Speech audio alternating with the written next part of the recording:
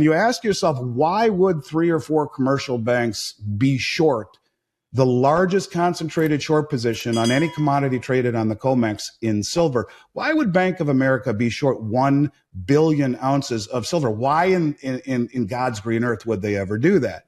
And the answer is certainly, you're talking about, I think, a constant need to hold the price down to fund wars all across the globe. And if you need silver in high-tech weaponry, in aerospace, then certainly you don't want it to be taking off. And when you look at an asset that is so out of whack, it's so out of whack historically, geologically, in every single way, logically, to me, it presents a very, very compelling argument that it should be owned. And I think the best is certainly ahead for silver. Even technically, we're looking at right now on the cusp of breaking out of a many year consolidation pattern, and it just popped above it. So, who knows where it goes from here, but certainly I think it is the most undervalued asset and underappreciated asset on the planet. In a recent discussion with Andy Schectman, it's revealed that silver, historically undervalued, presents a compelling investment opportunity. With evidence showing silver's increasing demand in green and digital applications, coupled with its depletion in nature, Schectman highlights its potential for asymmetric risk-reward. Furthermore, insights into the military-industrial complex's reliance on silver underscore its critical role beyond traditional investment considerations. As silver breaks out of a multi-year consolidation pattern, Schectman suggests that its undervaluation and underappreciation make it one of the most compelling assets in today's market. Yeah, again, when you take a look at gold, to me, the thing to keep in mind is that it's, I don't know, I guess you could say it's the tortoise, not the hare.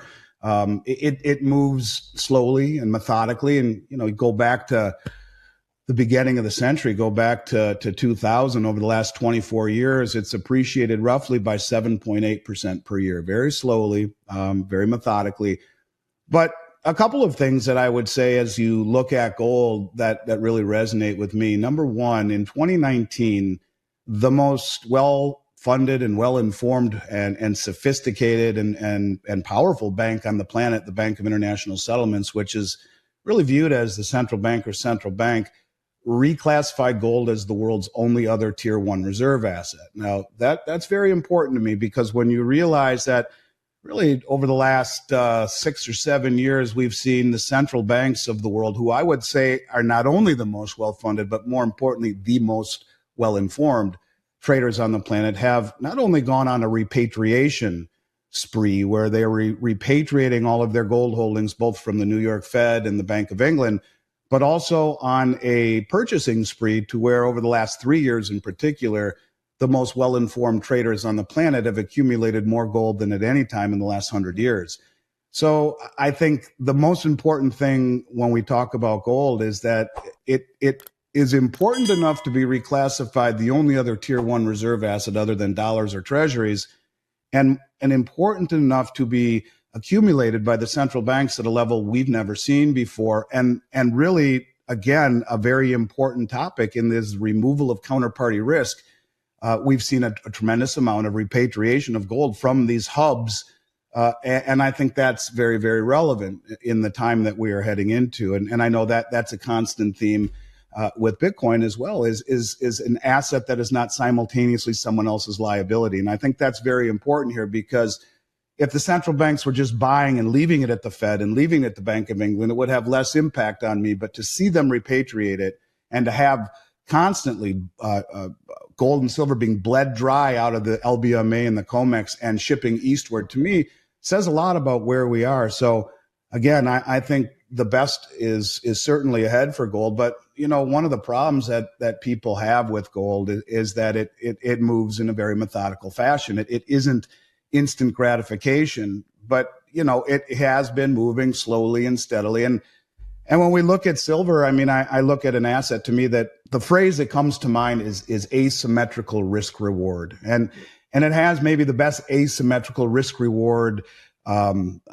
position I've ever seen in any asset. And that simply means, what asset can you own that has the lowest downside risk with the greatest upside potential? And when you look at silver, look, it's coming out of the ground right now at a ratio of 7-1, silver to gold. And for 5,000 years, that was 16-1, the ratio. So it's depleting in nature, and it's found in a form called epithermal, very near the surface, as your skin is epidural, epithermal meaning it's right near the surface. So the big deposits were found literally decades ago.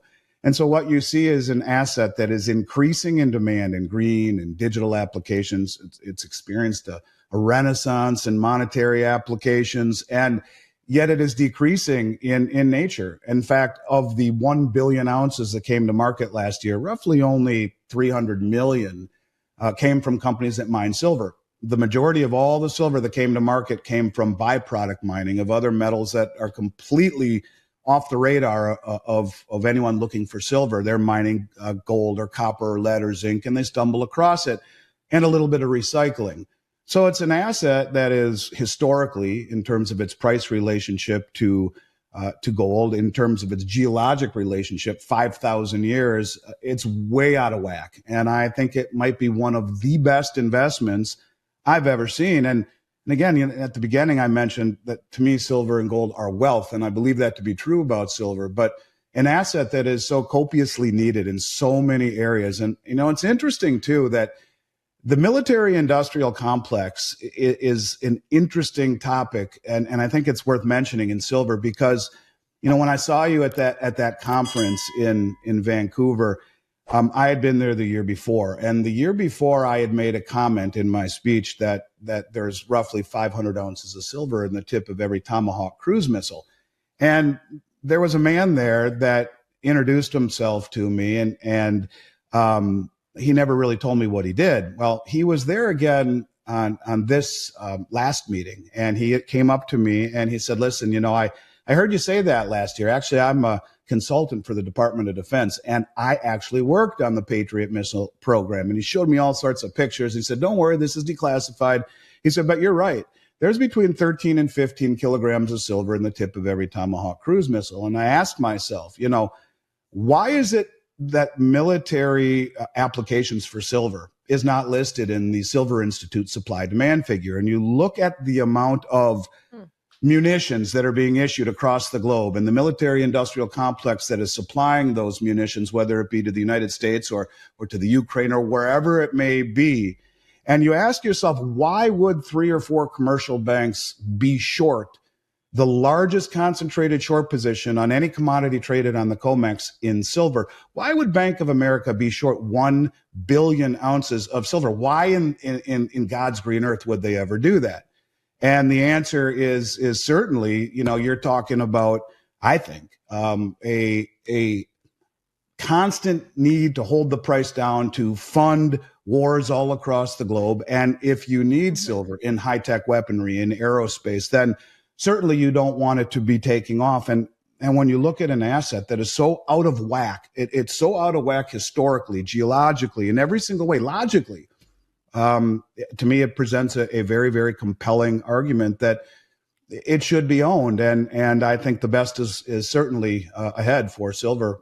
Even technically, we're looking at right now on the cusp of breaking out of a many, many year consolidation pattern, and it just popped above it. So, who knows where it goes from here, but certainly I think it is the most undervalued asset and underappreciated asset on the planet. Continuing his discussion, Andy Schectman sheds light on the geopolitical dynamics surrounding gold and the gradual erosion of the US dollar's reserve status.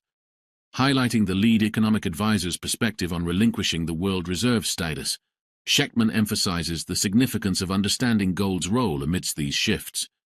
He underscores the reclassification of gold as a Tier 1 asset and the substantial buying spree by central banks as compelling evidence of gold's enduring value. Moreover, Schectman's insights into the BRICS nation's strategic approach and the concept of logarithmic decay provide valuable perspectives on the gradual yet significant changes shaping the global economic landscape. Yeah, I completely agree. And, it's interesting too, Natalie, if you look at the lead economic advisor to the United States government, his name is Jared Bernstein. And Jared has a degree in music and a master's degree in social work. He's the lead economic advisor to the Biden administration. His entire thesis is to lose the world reserve status.